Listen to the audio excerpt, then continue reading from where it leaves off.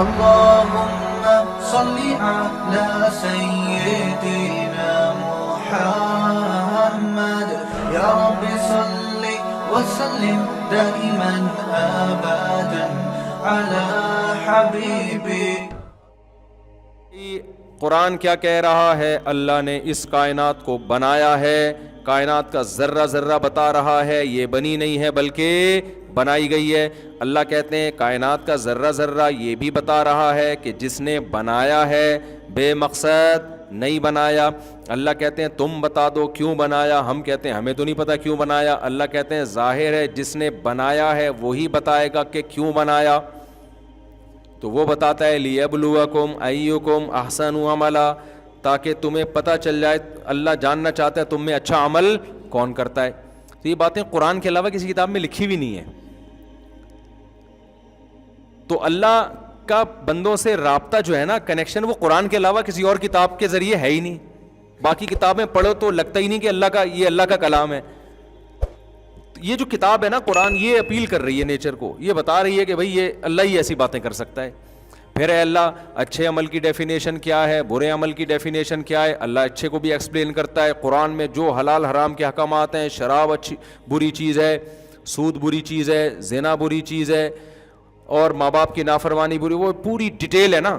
کتوں کو وراثت دینا بری چیز ہے. یوصیکم اللہ فی اولادکم، تمہاری وراثت اولاد میں جائے گی، حکومت کے پاس نہیں جائے گی، بینکوں میں نہیں بند ہوگی، بینک ہڑپ نہیں کر سکتا. بچوں میں جائے گی، بیوی میں جائے گی، بیوی کو اتنا، جو پوری ڈیٹیل. پھر نماز روزے کے احکامات، یہ ایسا اللہ اور بندے کا کنیکشن ہے نا قرآن کے ذریعے کہ یہ کنیکشن قرآن کے علاوہ کوئی اور کتاب کراتی نہیں ہے. تو قرآن کہہ رہا ہے کائنات کا ذرہ ذرہ جب غور کرو گے نا تو نتیجہ یہی نکلے گا کہ یہ کلام محمد صلی اللہ علیہ وسلم کا گڑھا ہوا کلام نہیں ہے، یہ اس خدا کا کلام ہے جس نے اس کائنات کو بنایا. سمجھ میں آ رہی بات؟ فلا اقسم بما تبصرون وما لا تبصرون انه لقول رسول کریم وما هو بقول شاعر. میں اگلی آیت پہ چلتا ہوں تاکہ ایسا نہ ہو بچپن سے جو آیت چل رہی ہے بڑھاپا بھی اسی پہ جا کے ختم ہو.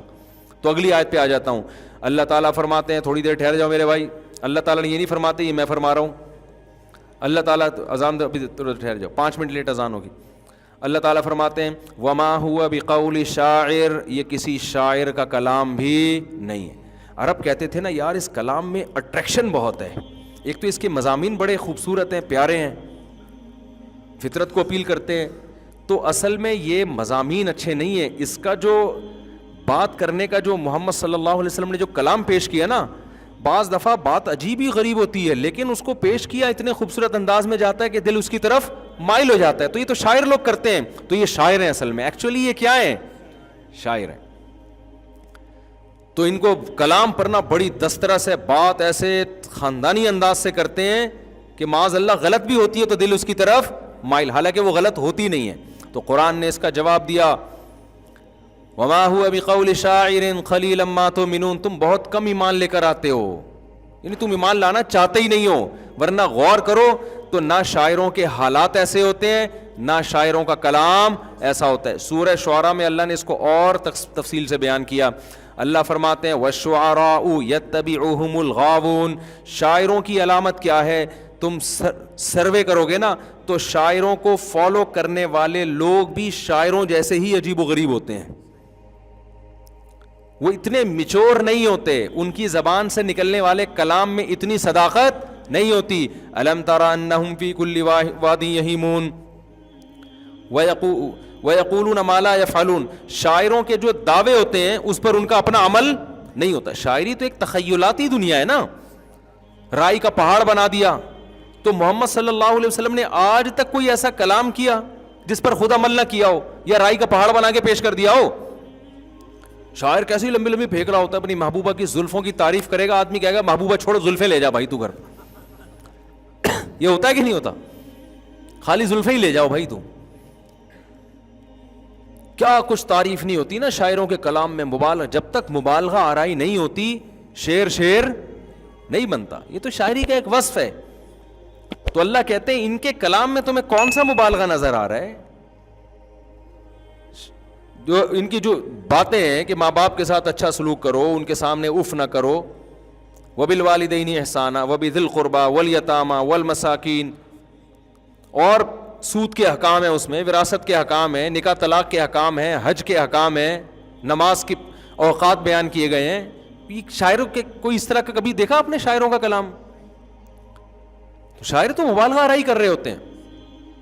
تو آگے اللہ نے فرمایا کہ وما هو بقول شاعر قلیلا ما تؤمنون ولا بقول کاہن، یہ کاہن کا کلام بھی نہیں ہے. کاہن نہ ایسی باتیں کرتے تھے جو لوگوں کے مینٹل لیول سے اوپر کی. لوگ کہتے ہیں بھائی بہت پہنچے ہوئے لوگ ہیں بھائی اف، تو لوگ ان کی طرف مائل ہوتے تھے. تو یہ کہتے تھے محمد صلی اللہ علیہ وسلم بھی کاہن ہے. تو اللہ نے اس بات کو بھی واضح کیا کہ تم غور و فکر نہیں کرتے، نصیحت حاصل نہیں کرتے. اگر نصیحت حاصل کرو تو تمہیں پتہ چل جائے کہ محمد صلی اللہ علیہ وسلم کاہن اور جادوگر ٹائپ کی چیزیں ہوتی ہیں نا، پھینکنے والے لمبی لمبی. کاہنوں کے کپڑے گندے میلے اور دعوے سنگ دل محبوب آپ کے قدموں میں، یہ پڑھو گے یوں ہو جائے گا، یہ کرو گے یوں ہو جائے گا، پھینک رہا ہوتا ہے لمبی لمبی بیٹھ کے، اور اس کی باتیں لوگوں کی سمجھ میں آ ہی نہیں رہی ہوتی. یہی اس کا کمال ہوتا ہے. یار حضرت اتنے پہنچے ہوئے ہیں، پتہ نہیں کیا فرما رہے ہیں. آپ روحانی عاملوں کے ذرا یوٹیوب پہ ویڈیوز دیکھیں نا، دیکھیں نہیں ان کی ویورز بڑھتے ہیں اس سے، لیکن اگر کبھی نظر پڑ جائے نا تو آپ کی سمجھ میں کچھ بھی نہیں آ رہا ہوگا بولنا کیا چاہ رہا ہے. لیکن اسی کو لوگ سمجھتے ہیں بھائی یہ علوم ہیں. علوم ایک ہوتا ہے علم، ایک ہوتے ہیں علوم. بہت اوپر بہت پہنچے ہوئے ہیں یار، بہت پہنچے. یہ باتیں ہماری مینٹل لیول سے اوپر کی. تو اللہ نے فرمایا کہ محمد صلی اللہ علیہ وسلم کی تعلیمات الحمدللہ رب العالمین، یہ کلام ہے نا، تمام تعریفیں اس اللہ کے لیے جو تمام جہانوں کا پالنے والا، الرحمن بڑا مہربان، الرحیم نہایت رحم کرنے والا، مالک یوم الدین روز جزا کا مالک. یہ کون سا ایسا کلام ہے؟ موسیٰ علیہ السلام کا واقعہ، یوسف علیہ السلام کا واقعہ، قوم عاد کا. کوئی کاہن آج تک ایسا خوبصورت کلام نہیں لے کر آئے. کسی جادوگر کو لاؤ، تھوڑی دیر میں تمہیں باولا نہ ہو جاؤ نا اس کی باتیں سن سن کے، اتنے جنات جلا دیے. یہ کاہنوں کی یہ باتیں ہوتی ہیں. ایک آیا ہمارے جامعۃ الرشید کے استاد تھے، شکر ہے نکل گئے وہاں سے. وہ بھی پھینکنے، جیسے عاملوں کے پاس بیٹھے تو لمبی لمبی پھینکنا شروع کر دی. ایک دن میرے ساتھ کھانے پہ بیٹھے، مجھے کہنے لگے ان پہ بھی جنات تھے، میں نے ہٹا دیے. میں نے کہا ان سے تو احترام میں نہیں بول سکا، بولنا چاہ رہا تھا تیرے باپ میں بھی طاقت ہے نا، تو 2-4 دن ابھی لا کے دکھا دے تو خالی یہاں پہ فضول جنات بگائے تو نے. پھر ایک دن کہنے لگا میں نے 10 لاکھ جنات جلائے ہیں. میں نے کہا ہمارے یہاں گیس نہیں آ رہی ہے، چولہا جل نہیں رہا ہے، ایک ماچس کی تیلی جلانا مشکل ہو رہا ہے، اور اس نے 10 لاکھ. اتنا پھینکوں تو ڈاروین بھی نہیں تھا بھائی. اور لوگ متاثر ہوتے ہیں کہ جن جلا رہے ہیں بھائی، جن جلا رہے ہیں بھائی. تو یہ پھینکوں ہیں، ان تلوں میں تیل نہیں ہے، ان کو آپ لفٹ نہ کراؤ بھوک سے مر جائیں. یہ حقیقت ہے. یہ تو ہمارے اور آپ کے عقیدت میں پیسے مل رہے ہوتے ہیں ان کو، ورنہ تو مر جائیں یہ. اور اس میں بار بار کہتا ہوں دیوبندی بریلوی کا فرق نہیں کیا کرو کہ وہ تبلیغی ہیں تو وہ دیوبندی ہیں. سب ایک جیسے ہوتے ہیں، یہ ایک ہی جیسے ہوتے ہیں. یہ کوئی علم ہی نہیں ہے، علوم کہاں سے ہو گئے.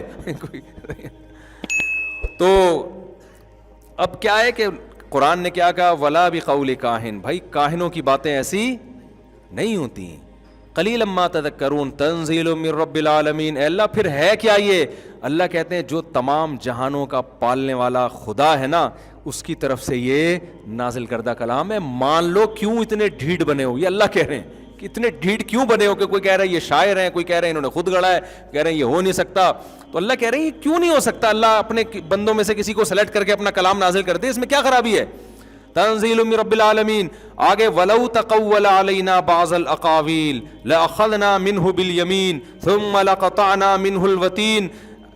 تم یہ کہہ رہے انہوں نے پورا کلام گھڑا ہے. اگر محمد صلی اللہ علیہ وسلم پورا کلام دور کی بات، ایک لفظ بھی ہماری طرف غلط منسوب کر دیتے، ہم ان کا دایاں ہاتھ پکڑ کے ان کی شہرگ کاٹ ڈال دیتے. ایسی سزا ملتی ان کو، چھوڑتے نہیں ہم. کیوں؟ سوال پیدا ہوتا ہے کہ ایسے تو بہت سارے جھوٹے نبی آئے ہیں جنہوں نے اللہ پہ بہتان باندھا، ان کی تو اللہ نے شہرگ نہیں کاٹی. تو اس کو ایک مثال سے سمجھیں.